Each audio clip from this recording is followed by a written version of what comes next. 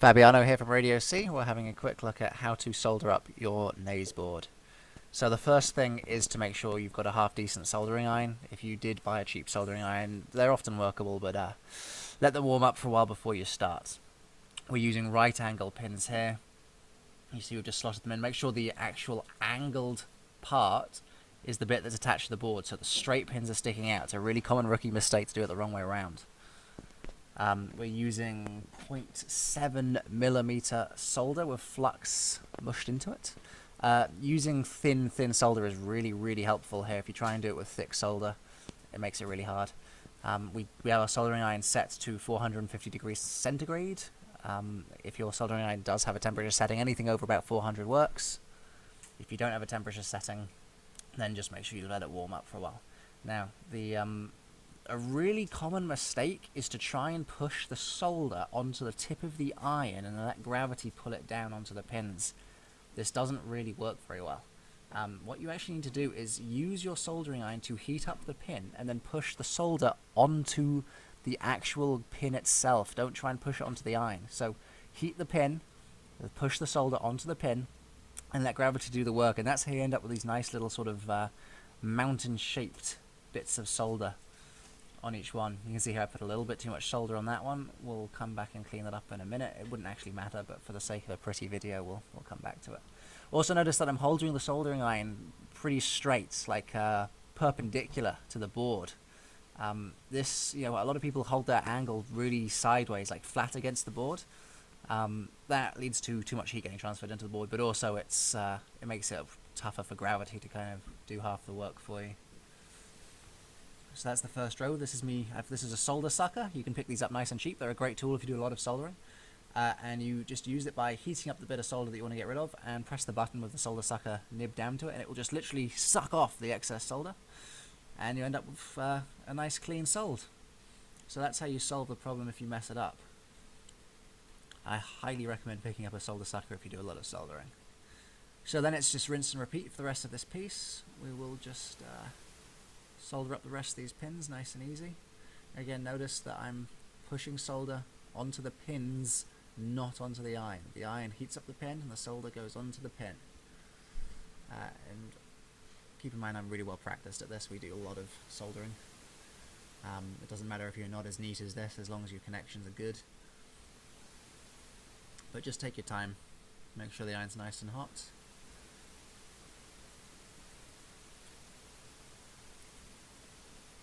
And there we have it. That's the first set of pins.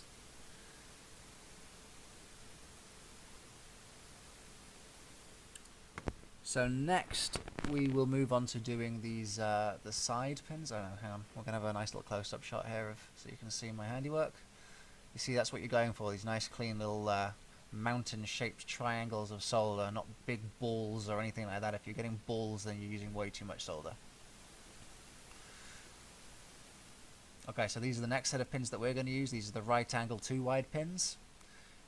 There is a trick to these, because if you want to solder them onto those receiver plates, they're not really pins anymore. You've got these sort of pads that you can solder onto here. And the issue is they don't really clip very well. They don't hold in place when you're soldering. So what we do is we squeeze them in. And this might look daft, but what it does is it means these pins grip the board and don't fall off when you're trying to solder. This allows a much easier work here. You see, look, we'll clip them over. So now even without solder, they're not going to fall off. You see that? They're solidly in place. This makes it a lot easier to solder them on without worrying about them sliding around, which is a common problem. And also notice that, again, the side of the pins with the angle is the side that attaches to the board. You want the long straight bits sticking out. There you go. Long straight bits sticking out. That's where your cables will attach to, and if you have it the other way around, there won't be enough pin for the wires to effectively attach onto. Okay, so now we're going to solder this down. We want a nice clean layer of solder which goes over the pad itself and over the pin. Pretty straightforward, this. Same trick as last time though. Heat up the pin and then push the solder down onto the pin. It will melt beautifully down over the pin and onto the pad. This is pretty straightforward. If you do leave your iron in place too long, you'll melt the plastic, which holds the pins in place. So you've got to kind of be not super quick, but don't just sit there waiting for your solder to melt. Like if you push your solder in and it doesn't melt straight away, your iron is not hot enough.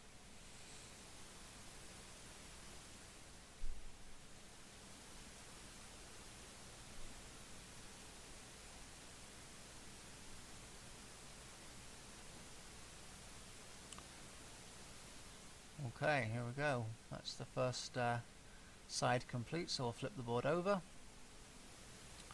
and repeat. And again, we're just heating up the pin and pushing the solder down over.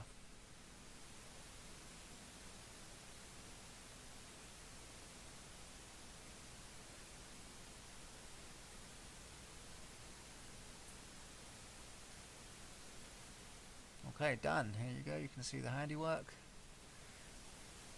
So you'll see there's the solds and they're nice and clean. No big balls of solder, no melted plastic.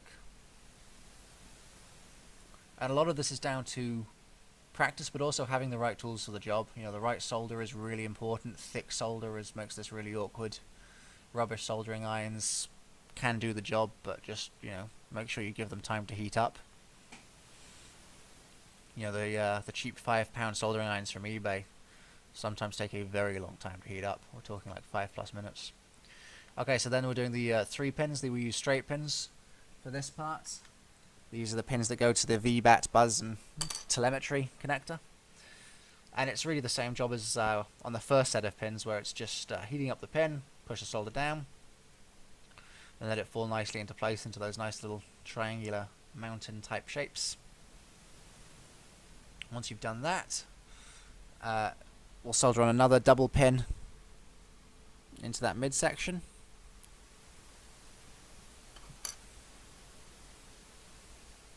Which configuration of pins you use is up to you. Sorry, this is just convenient for us. They fit our hurricane drones nicely. Here we go. If we can get that focus, there you go. So that's our handiwork. So it's a pretty straightforward job to do. Just take your time and use the right equipment.